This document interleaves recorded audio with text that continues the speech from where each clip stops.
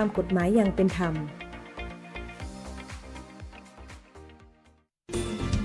วิทยุแห่งประเทศไทยจังหวัดแพร่ FM 91 เมกะเฮิรตซ์ให้ความรู้คู่ความสุข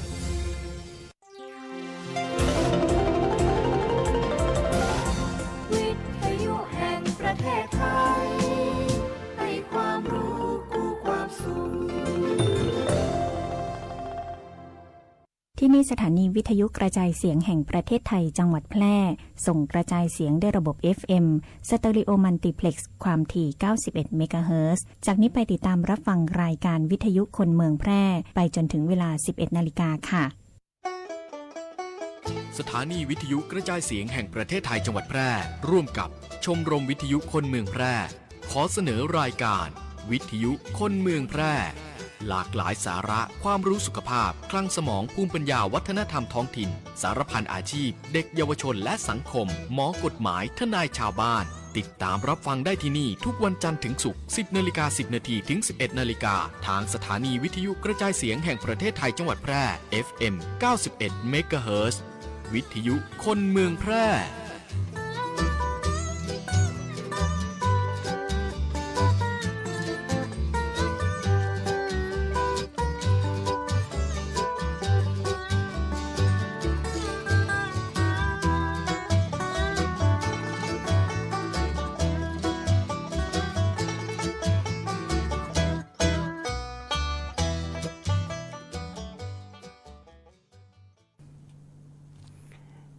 กราบสวัสดีท่านผู้ฟังที่เคารพรักทุกท่าน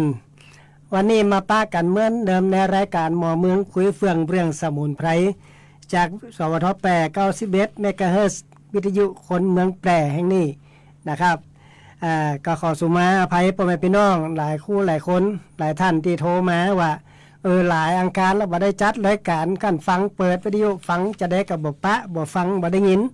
นะครับก็ขอสุมาตัวเนื่องจากช่วงนี้เนี่ยติดภารกิจก็คืออบรมบรรยายนะครับหลายตีหลายแห่งเมื่อ 2-3 วันก่อนนี่ก็อังคารก่อนนี่ก็ปึ้นนะครับกรุงเทพเมืองทองธานีพ่องที่บางแสนพ่องไปหลายที่หลายแห่งนะครับเลยบ่มีโอกาสที่จะมาเตรียมแผนไว้มันตั้งแต่กระทันหันนะครับคำสั่งมากระทันหันก็เลยซึ่งเป็นปราชญ์เกษตรนะครับก็สามารถไปบรรยายหรือไปบรรยายให้กับสปก.กอย่างเนี้ยนะครับวงการเกษตรทั้งหลายเลยไปอู้เรื่องเนี้ยเรื่องสุขภาพนะครับกับผลการตอบรับก็ดีนะครับปล่อยพี่น้องเขาก็สนใจนักนะซึ่งช่วงนี้นะครับก็เป็นช่วงที่อากาศมันร้อนนะครับฝนมันจะตกบ่ตกกายมากายไปตกกะตกอย่างน้อยแซ่หายไปนะครับเหมือนกับผมว่าไว้ก่อนแต่ว่าเพื่อระวังมันจะเร่งนะครับมันจะเร่งมาเดี๋ยวนี้จมกันละนะครับเขาปวดออกบอดีบ่งามเข้าออกปุ่นออกเพ่บางทีกัดปันไถไม่ผมก็บอกแล้วว่าเพื่อเตรียมเจี้ยเมล็ดพันธุ์นะครับไว้2 ข้างเพราะมันเขาเปิ่นกับประกาศว่ามันเป็นเอลนิโยก็ยังบ่พอแต่มันเป็นมหาเอลนิโยหรือว่าซุปเปอร์เหมือนกันเนี่ยมันจะแรงชัดนะครับบางทีบ่มีน้ำเลยนะครับแห้งน้ำในเขื่อนก็เหลือน้อยบางทีก็เหลือ 20% 30% นะครับบ้านเฮานี่ยังแค้นว่ามันตกตังเจียงม่วนมันนะครับน้ำยมเลยหนักไปน้อยหนึ่งเขื่อนต่างๆก็ยังมีปอเก็บอย่างแม่ตึกแม่ตางแม่กำปองก็ยังเหลืออยู่นะครับแต่ถ้าว่าภายในเดือนกรกฎาคมถึงสิงหาถ้ามันบ่ตกนี่ก็อิดพองนะครับก็ต้องทำใจนะครับเพราะมันเป็นมดบ้านมดเมืองที่เป็นห่วงที่ว่าตกใจนี่ก็คือประเทศจีนโดนเต็มๆนะครับก็บางคนก็ไว้วอนหาฝนไว้วอนหาพายุก็ถือว่าโชคดีบุญเต็มทีแล้วพ่อแม่พี่น้องที่มันบ่เข้ามาบ้านเฮานี่นะไอ้ไหมซักไหมเซึกนี่นะมันมาไกลๆทั้งดอยก็ทั้งภาคอีสานบางจุดบางตีนะครับก็น้ำท่วมเป็นกระท่วมบ่หนักบ่เหมือนนะครับบ่กี่วันมันก็หายแห้งละจังหายจังอย่างเนี้ยลำปางเดี๋ยวมันเคยท่วมเดียวบ่กี่วันมันก็หายละนะครับก็ไอ้ที่ว่าโชคดีก็คือว่ามันพายุตัวนี้มันใหญ่นะครับยิ่ง พายุหามลูกเนี่ยครับใหญ่กว่าประเทศไทยเหมือนกันนะครับเพราะฉะนั้นใหญ่กว่ามันไปถล่มตีจีนนะครับตอนนี้เขียนแตกอ่างแตกอย่างมั่วนะครับสาหัสถือว่าบุญบ้านเฮานะครับถ้ามันมาเข้ามาแฮะทางบ้านเฮาเนี่ยนะครับรับรองว่าบ่เหลืออย่างครับ10 ปีก็ยังบ่ฟื้นเตียนนะครับเพราะฉะนั้นก็เป็นดวงของประเทศไทยเฮาดีไปนะครับพายุใหญ่บ่มาเนี่ยคือเขายังตั้งตัวได้อยู่ก็ทำใจนะครับตอนนี้ไปเข้าหยากหมากแป้งเปิ่นกระทำนายไว้แล้วโอ๊ตเอาพ่อแม่พี่น้องเนี่ยได้เนี่ยเอาตอนนี้ไปแหม6 เดือนข้างหน้าเนี่ยครับคือเปิดไว้คือเซฟนักที่สุดที่จะนักได้นะครับอาหารการกินมันก็จะแป้งมันจะหาฟืดหายากโรงงานอย่าปิดให้เป็น2-3 โรงเป็นว่านี่คนงานอย่าตกเป็น3-4 หมื่น 5 หมื่นคนเนี่ยก็ตกใจเหมือนกันนะครับถ้ามันตกงานล่ะถ้าว่าโรงงานปิดต่อไปแล้วอย่างจะเกิดขึ้นนะครับคือวาดภาพไปตัวแล้วก็คือพิจารณาตัวเอาจำเป็นต้องมัดเนี่ยกินกันเองละนะครับปึ่งตัวเก่าละนะครับอัตตาหิอัตโนนาโถตนและเป็นที่พึ่งของตนนะครับตัวไปตัวมันนะครับวันนี้กระผมก็จะแนะเอาเรื่องของสมุนไพรใกล้ตัวที่สุดนะครับมามาเล่าถือว่ามาทบทวนนะครับเพราะเป็นน้องโทรมาหนักเหลือเกินว่าตีฮือหามาเดียวนี่คือสูตรหมอเขียวเป็นว่าสูตรหมอเขียวที่ดังๆกันนี่นะนั่นก็คือพักปั่นยาแข็งแรงเป็นว่าพักแข็งแรงมันแข็งแรงจะได้เป็นถามไหมมันดีแต่กะบางคนก็สองใจสองคอก็ยังเหมือนเนี่ยเตี่ยกับที่จริงเนี่ยผมได้ว่ามาเมิ้นนะครับคือกินพักสีเขียวพักทุกอย่างที่ขวางหน้าที่มันสีเขียวเอาตั้งแต่2 อย่าง 3 อย่าง 5 อย่างเป็นต้นไปเอามาปั่นได้เลยนะครับวันนี้ผมก็จะได้เอาข้อละแข็งใจพ่อแม่พี่น้องที่ได้ถามมาว่ามันสรรพคุณทางใดพ่องแต่ละอย่างมันมีสรรพคุณทางใดมันแข็งแรงแต่ก็มันรักษาได้ก็แต่ก็มันเป็นใจนะครับพ่อแม่พี่น้องก็ติดตามข่าวนะครับหลายคนก็เปิ่นกำสั่งมาถึงบ้านส่งถึงบ้านถึงจ้องมัดนะครับเปิ่นส่งทั่วประเทศเนี่ยบ่ตันแล้วพ่อแม่พี่น้องเฮ้ยแต่บ้านเฮาเนี่ยยังบ่ตื่นตัวเดี๋ยวนี้นะครับยังเอาเปิ่นว่าเอาเขาว่าอยู่นะเอาหมอสั่งเอาคนนั้นสั่งเอานี่สั่งจะได้บ่สั่งตัวเก่านะครับเพื่อเขามาสั่งเนี่ยเฮาเนี่ยหยังนะครับเนี่ยไปเนี่ยมาไตพังไปหมดนะครับไตพังตับพังร่างกายพังโดยเฉพาะคนที่อ่อนแอนะครับอ่อนแอจะได้ก็คือไปรับวัคซีนมาเปิ้นก็ว่ากันแล้วพอพ่องนะครับไปเสิร์ชพอว่าผลกระทบวัคซีนเป็นจะได้นะครับมันมีอย่างปานล่ำคือไปเปิดพอว่าผลกระทบวัคซีนนะครับเปิ้นว่ากันหมดบ้านหมดเมืองเอาก็ยังบ่ฟังกันเตี่ยนะครับเพราะฉะนั้นวันนี้ผมก็จะมาได้นำเอาสรรพคุณทางยาที่ว่าพักสีเขียวหรือว่าพักแข็งแรงนี่นะเป็นระยังเนี่ยมาพ่อแม่พี่น้องฟังเพราะว่าเวลาเขาก็มีน้อยนะครับมันบ่ถึงชั่วโมงเพียโฆษณาไปเพียอย่างก็เหลือบ่ถึงชั่วโมงนะครับผมก็จะได้เอามาเล่าให้ฟังว่าแต่ละอย่างนี่คือแค่ย่อๆนะครับ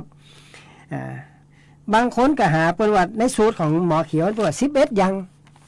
บางคนก็5 อย่างบางคนก็6 อย่างบางคนแต่ละอย่างนี่บ่เท่ากันนะครับแล้วแต่ไผจะหาได้ถ้าเป็นสูตรของเขาเนี่ยก็11 อย่างขึ้นไปนะครับอย่างต่ำก็6 อย่าง7 อย่าง8 อย่างนะครับถึงวันนี้ที่เขาส่งมาขายบ้านเฮาที่พ่อแม่พี่น้องบางคนซื้อกินเนี่ยปูจ้าของเพิ่นเนี่ยถ้า5 อย่างนี่250เขาว่าอันนะถ้า7 อย่างนี่300ถ้า11 อย่าง500เขาว่าจีนะสั่งมาละเขาก็ส่งถึงบ้านถึงจ้องเขาก็ปั่นปลาโคตรเปิ้นมาปั่นกินแล้วดีนี่เปิ้นว่าดี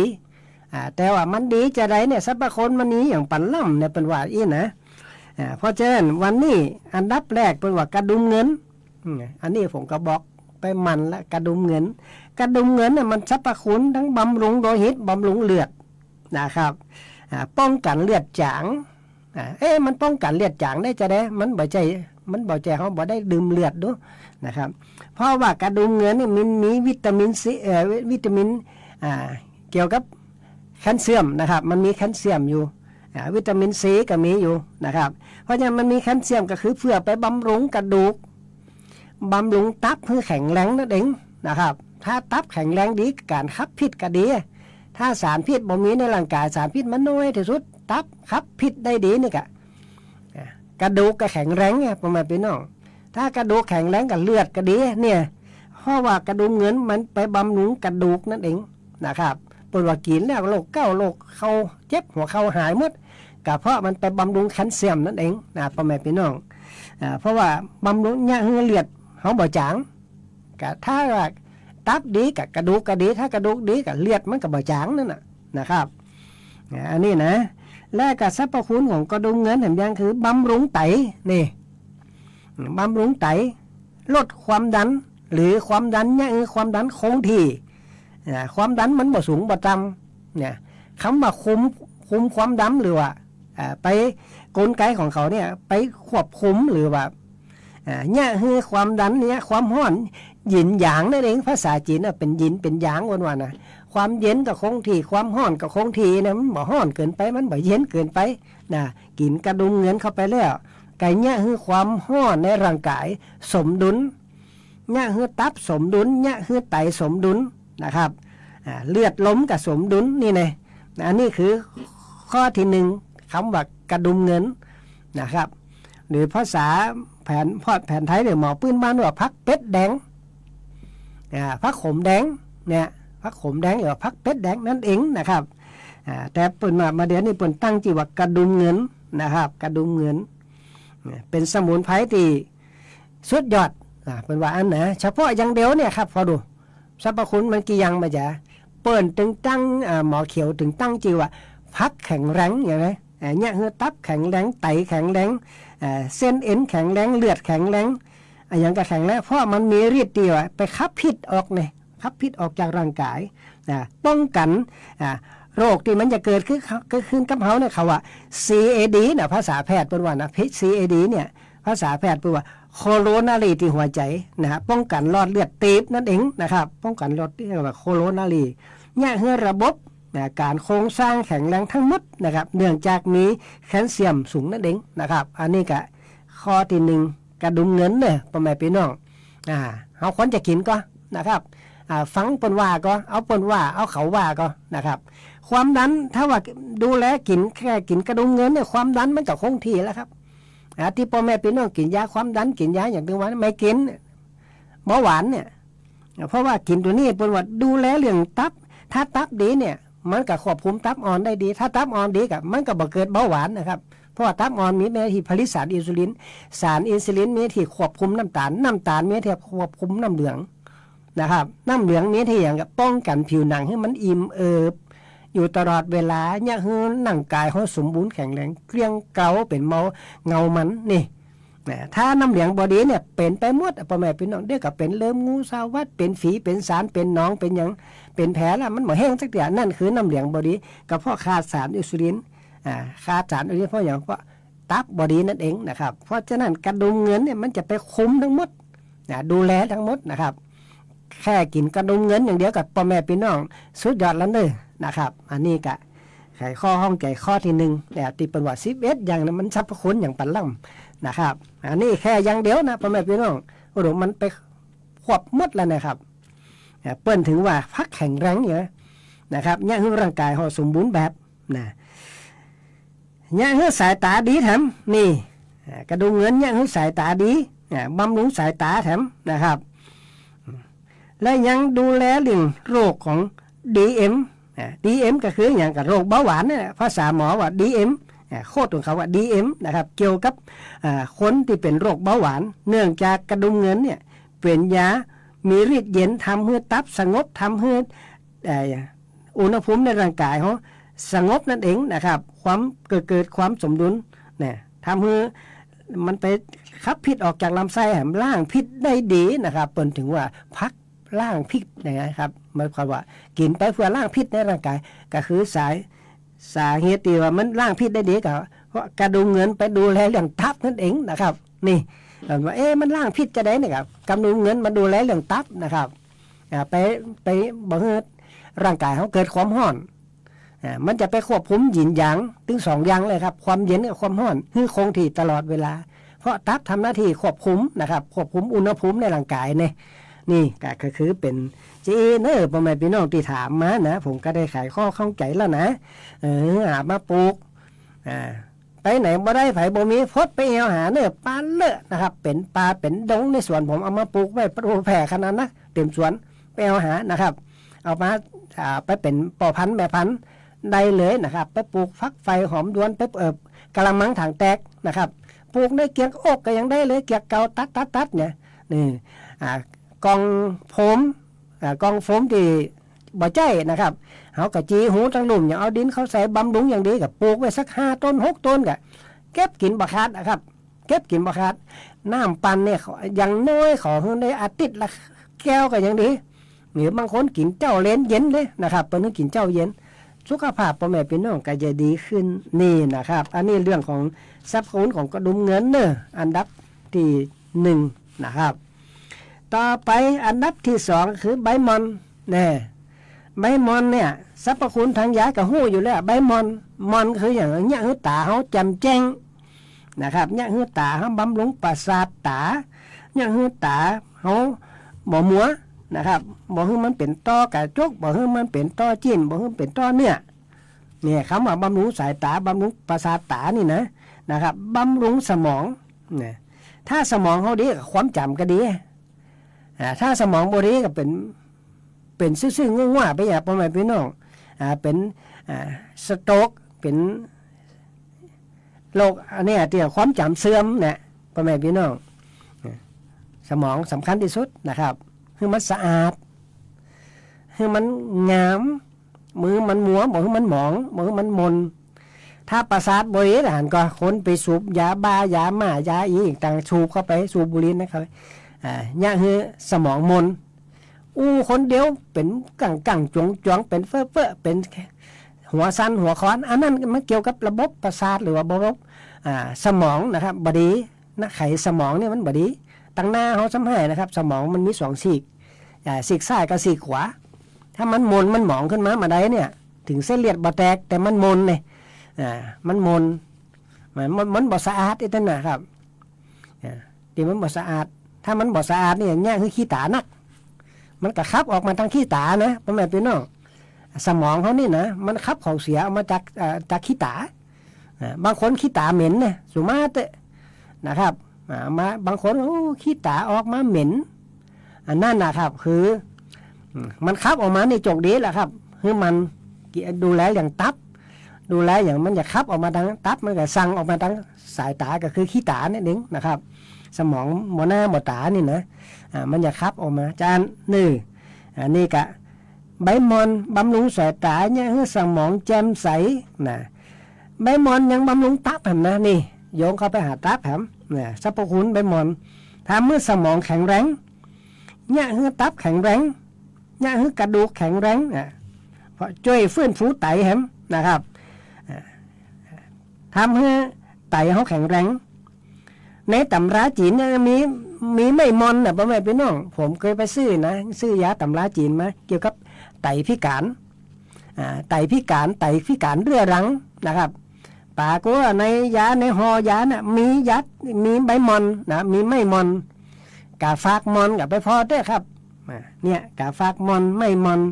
มันมีอยู่ในตำราจีนนะครับดูแลเรื่องไตพิการนี่เพราะฉะนั้นบ้านไผมีบดีไปตัดไปเผาไฟบดีตัดขวางอย่างเดียวไอ้เล่มมันใหญ่ๆเขากับปอกเปลือกเนี่ยนะครับหากก็มอนซ้ำดีกว่าหากนะครับเอามาต้มนะครับบำรุงไตได้ดีเนอะพ่อแม่พี่น้องบำรุงกำลังบำรุงไตต้านอนุมูลอิสระนะช่วยต้านอนุมูลอิสระยิ่งโดยเฉพาะมอนมันมี2อย่างเนอะแบบใบน้อยกับใบมนใบใหญ่แบบใบใหญ่เขาว่ามันมีหน่วยมอนมีหน่วยกับมอนบ่มีหน่วยถ้ามอนมีหน่วยได้สุกมาได้สุดยอดเลยนะสรรพคุณไปเช็ดพอเนอะหน่วยของมอนมันเป็นจะได้สรรพคุณทางยาเป็นจะได้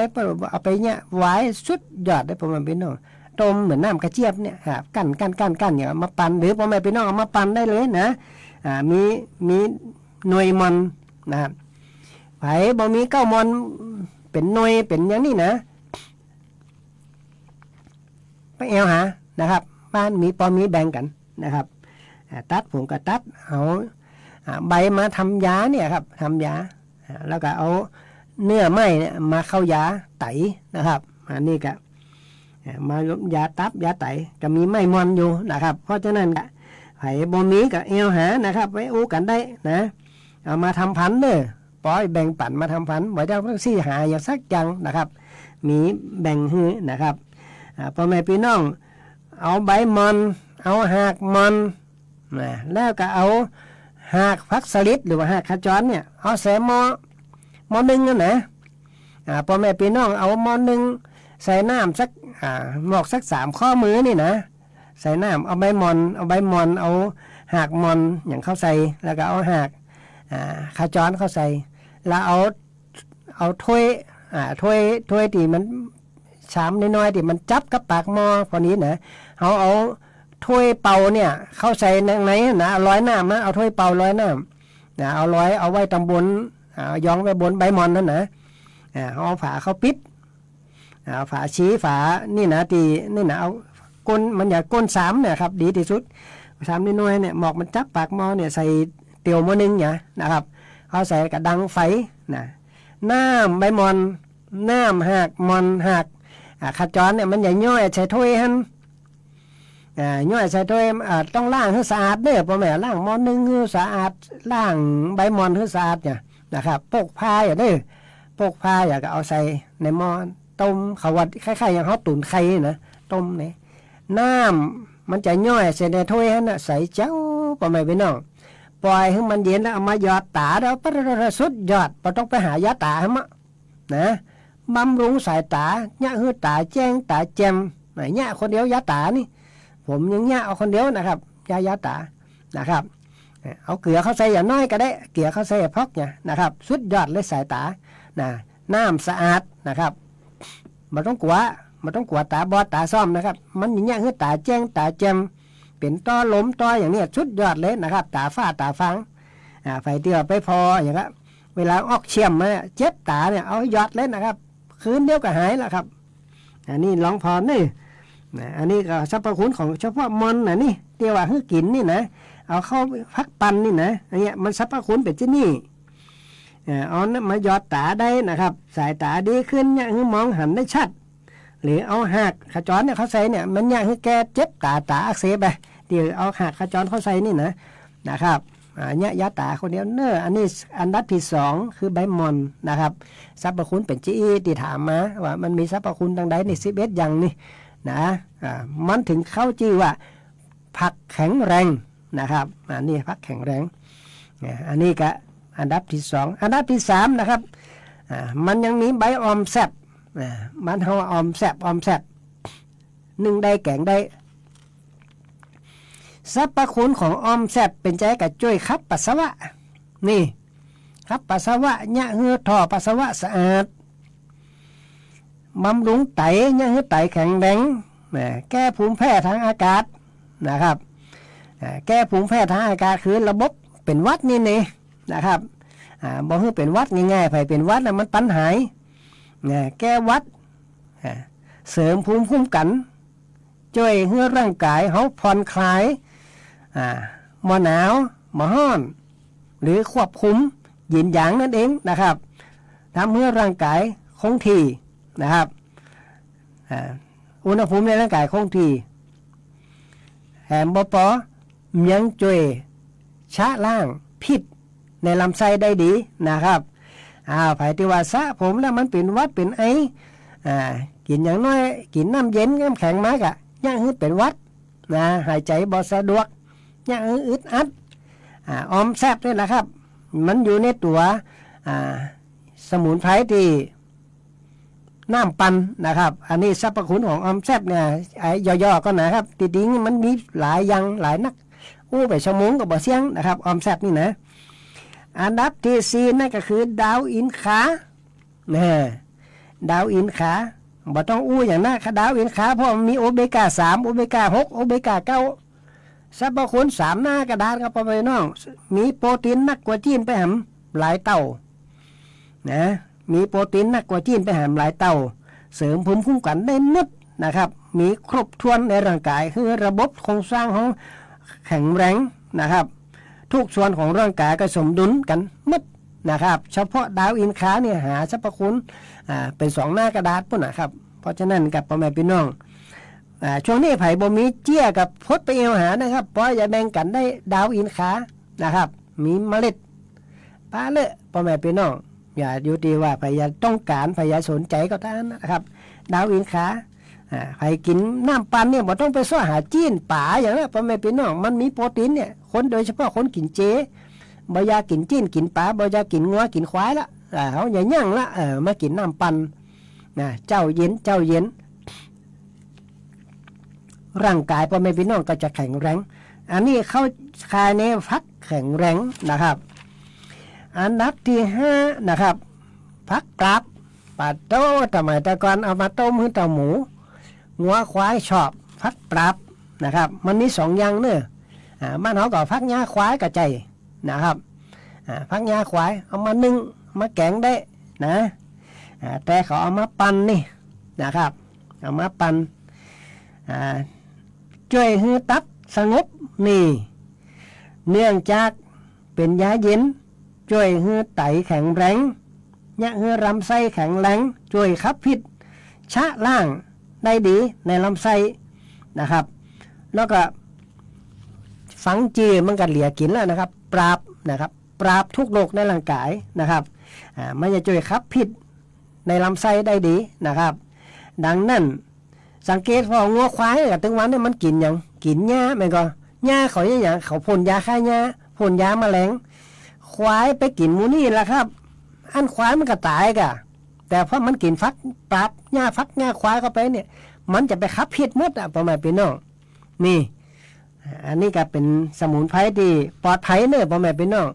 แต่มันอย่าปลอดภัยบอกภัยที่เขาอย่าไปหาเอาที่ไหนตานน่ะไปหาเอาปลาหญ้าที่เขาเริ่มนี่มันเริ่มที่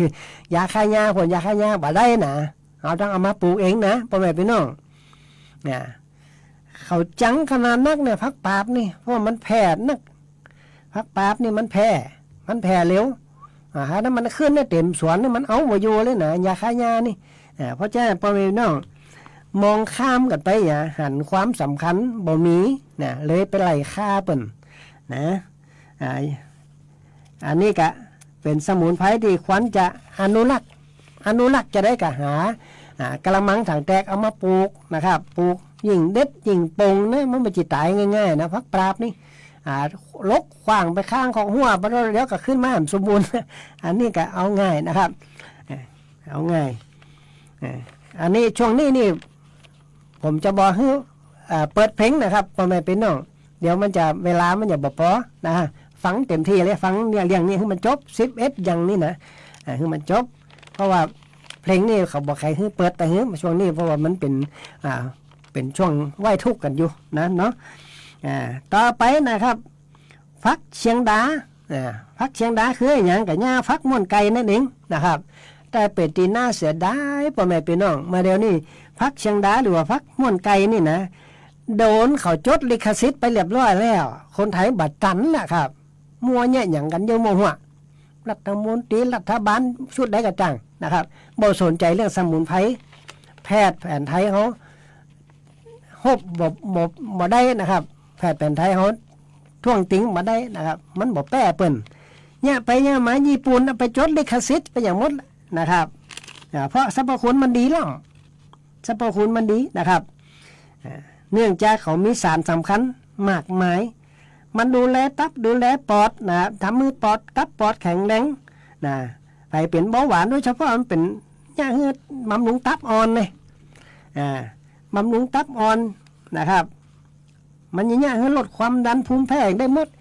กาเรากินฟักเชียงดาเนี่ยบ่ต้องไปกินมารักษาเบาหวานเนี่ยจิตจ้อยนะครับพ่อแม่พี่น้อง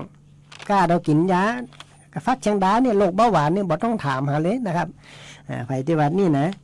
ถึงวันนี้ที่เป็นไปเนี่ยพ่อแม่พี่น้องเป็นเบาหวานเนี่ยต้องตายคำตีเลยนะครับต้องตายกับมันเพราะเขาบ่ได้รักษาถึงวันมีแต่คุ้มนะครับมีแต่คุ้มไว้น้ำโปดมาได้หัวโอ้ไปโปรเลเนอร์น้ำโปดไปละเหมือนประเทศจีนเนี่ยน้ำโปดเอาอย่างตันนะ เพราะน้ำมันหนักเกินนะมันเล็ดฝ่ายโปดโรคก็เหมือนกันนะถ้ามันหนักเกินไปเอาบ่อยู่นะครับไปกินยาความดันกินยาเบาหวานต้องกินตลอดชีวิตตายไม่ได้กระซัวมันนั่นนะครับตายไปยากล่องปังข้างโรเป็นกระสอบต้องเอาไปเผาตัวเองนะครับเนี่ยถามมือกะถามหมอกันให้แพทย์อย่างกระจ้างนะครับไปกินยาเบาหวานหายก็ไม่มีแผลหายเพราะว่ามันมีแผลหายสักคนนะครับแต่ถ้าคนได้มากินน้ำปั่นเนี่ยก็ลองไปถามคนว่าครับบางพ่องเป็นมา5 ปี10 ปีกินยาความดันจะได้กินยาเบาหวานจะได้กระบะลดมากินพักปั่นนี่บอกกี่วันสุขภาพเขาดีแข็งแรงนะครับบ้านเฮานี่จังหวัดแต่เฮานี่มีหลายนะครับคนที่ฟังรายการเฮาเนี่ยสุดยอดเลยนะครับขอเขาพูนครับที่ปล่อยเรื่องฟังรายการตลอดเวลาแล้วเดี๋ยวเอาไปใจปฏิบัติเนี่ยบางคนเป็นเบาหวานมาเป็น20 ปีมาหายหลังจากฟังรายการเนี่ยเอาไปปฏิบัติเนี่ยมันหายเนี่ยเพราะฉะนั้นไผยังบ่ปฏิบัติเดี๋ยยังบ่เข้าขิงเดี๋ยเนี่ยผมว่ามาทางเพศเด้อหลงไปติ๊กๆเข้าป่าก็หลงป่าเพราะบ่ฟังไผบ่ฟอในบ่ฟอใต้พอเหนือแต่วันตกทางใดลงทางใดน้ำไหลไปทางใดบ่สนใจบ่พอนะครับเพราะฉะนั้นไปหลงป่านี่คือพอน้ำมันพอการไหลของน้ำมันไหลลงใต้ตลอดนะครับมันไหลขึ้นเหนือมันไหลลงตีตามติ๊กเพราะฉะนั้นอ่างเขาอยู่ทางใดเขียนมันอยู่ทางไหนถ้ามันน้ำไหลไปกับตัวหอยน้ำไปได้มันหัวลงม่วงไปที่ไหนมันอย่าขึ้นดอยได้จะได้นะครับมันลงตีตามติ๊กเพราะฉะนั้นอ่างเก็บน้ำเขาอย่างเงี้ยตีตามน้ำไหลลงมาตีตามเนี่ยพดเขียนมาได้พดอ่างมาได้ก็คือบ้านนั่นนะครับเพราะฉะนั้นบ่ต้องไปหลงจะอันนะครับเพื่อสังเกตสังกาตัวเก่าฟังว่า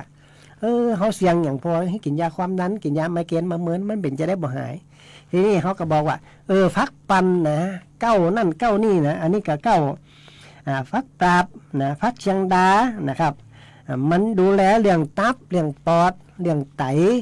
เนี่ยฮู้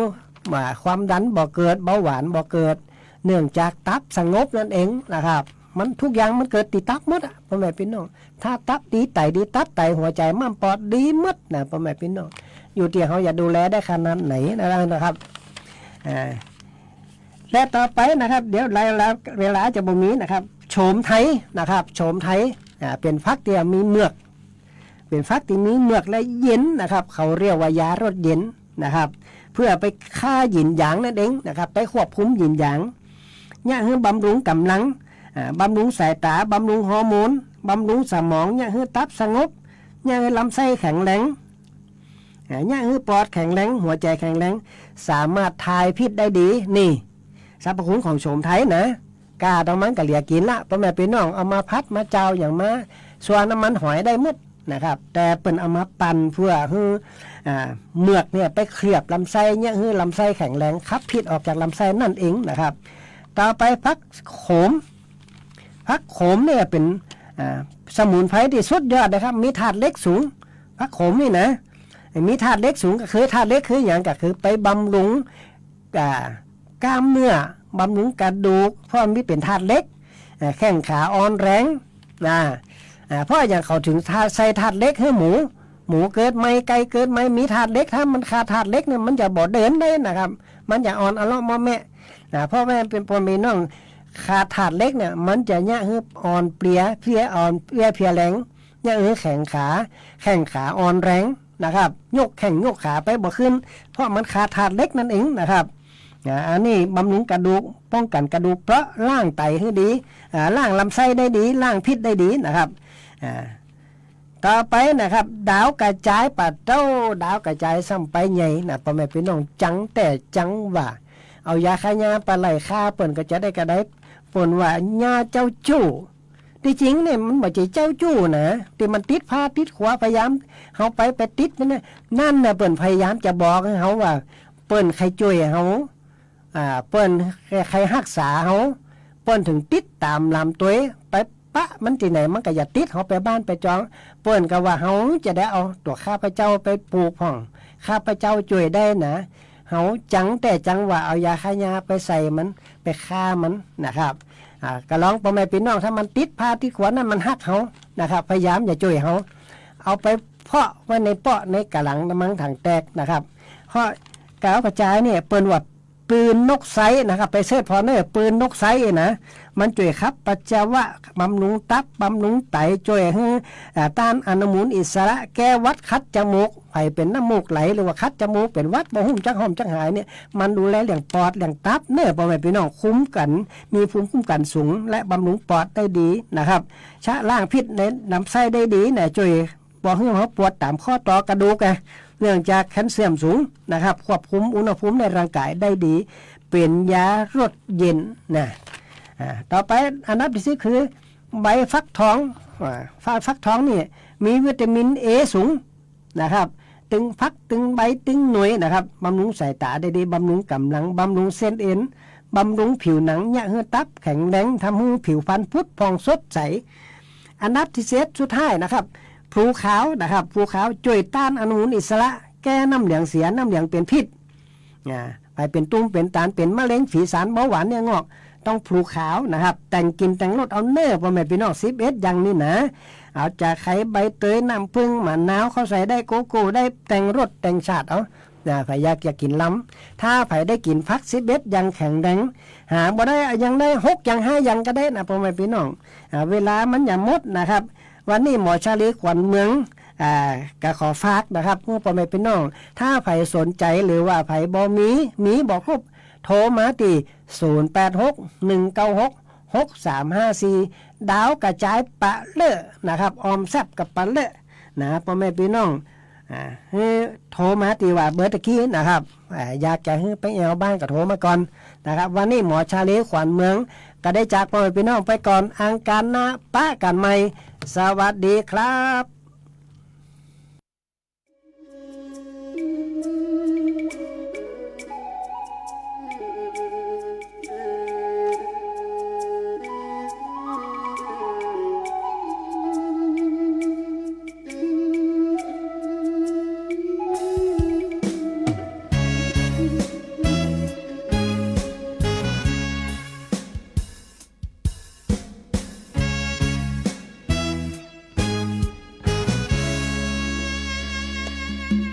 วันแด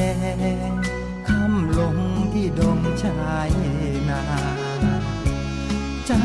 เววาถึงขวัญตาที่เคยอยู่เคียงแม่สาวบางอ่อนเคยอ้อนวอนสำเนียงเดี๋ยวนี้เหลือเพียงเพียงนาอีกาเพื่อนคุยตะวันแดงค่ำลงที่ดงคลาใดคือทอดเจ้าลายมีเพื่อนใจก็คือไอ้ทุยขี่หลังควายเท่าเป่าคุยเว้าอย่าเศร้านะทุยแฟนข้านี่นาเสียงคุยลุยกรุงมุ่งแดนสวรรค์ฝนตกมาหน้าแล้วน้องกบเขียดมันร้องอย่ามัวขนองอยู่แดนสวรรค์มาช่วยไทยนาหวานกล้าหาปูปลากันที่รอวันจากสุขสันต์เฝ้ารอวันเธอหันกลับมาตะวันแดงค่ำลงเจ้าคงลืมทำสองเราเคยพร่ำคำรักและคำสัญญาเคยขี่หลังควายเจ้ามันอายลืมหรือท้องนาหนีเถิดเมืองกรุงเมืองฟ้ากลับมาอยู่นาเถิดนาคนดี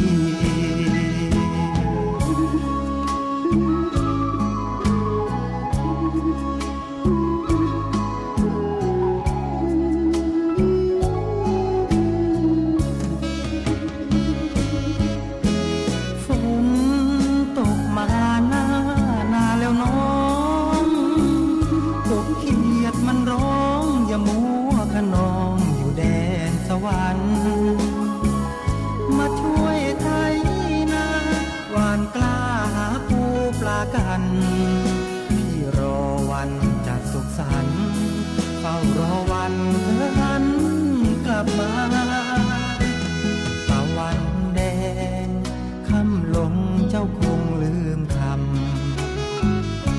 องเราเคยพร่ำคำรักและคำ